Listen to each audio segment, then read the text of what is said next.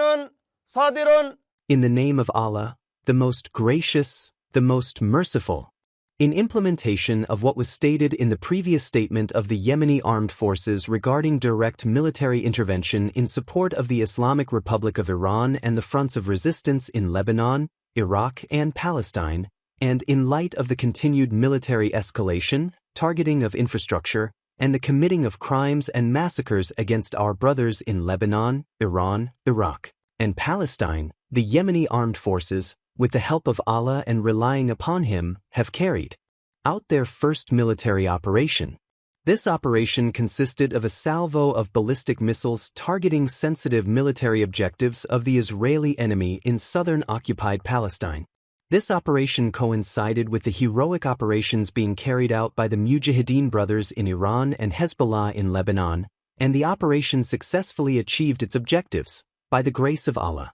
Our operations, with the help of Allah, will continue until the declared objectives are achieved, as stated in the previous statement of the armed forces, and until the aggression stops on all fronts of the resistance. Allah is sufficient for us, and He is the best disposer of affairs, the best protector and the best supporter. Long live Yemen, free, proud, and independent. And then there was a big moment also in my first administration when I took out Soleimani, and a lot of people think that might have been the biggest thing of all because he was a mad genius. He was a vicious, horrible human being, but he was a great general and a great leader, if you define a leader in a certain way, very, very powerful leader. In fact, he was so powerful that I really think that the leadership of Iran was extremely happy when I took him out, but they don't say that, but nobody's going to be asking him anymore because they're not here either. But getting the termination and terminating the Iran nuclear deal that was done by Biden and Obama, I would say mostly Obama. Actually, I don't think Biden knew where he was then, too. He had no idea. If you said to him, the Iran nuclear, what's that? But there was 4 years of hell we had with this guy as our leader, I'll tell you. And then we hit him with the B-2 bomber, so we did it twice. But if they would have had a nuclear weapon, it would have been a whole big deal. And I wouldn't be here right now, and probably you guys wouldn't be too happy. You might be in an area, who knows where you would have been. But we did it twice. And I really believe we saved the Middle East. We saved not just Israel, we saved the Middle East. And it was proven by all those rockets that fired down upon you. Saudi Arabia got hit a lot. You all got hit, and nobody expected any missiles to be wasted.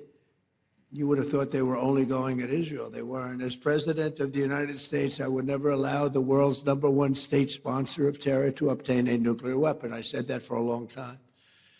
And I didn't. To defend America and our allies over the past 27 days, the U.S. Armed Forces, most powerful in the world, have been annihilating Iran's military capacity with force, precision, skill like the world has never seen. It was violence, actually, really violence. We're crushing Iran's currently, as we speak. I just looked. We had another big day. We hit them. They don't know what's happening. Remember this. They lied about 3 days ago. I said, yeah, we're negotiating with Israel. We are not negotiating.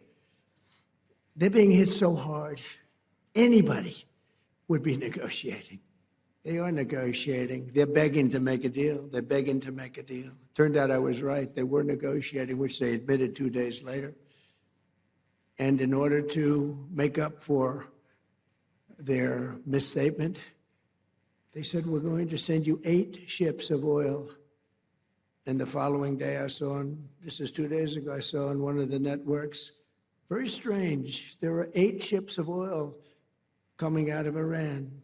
And then they actually said, we're going to add an extra 2.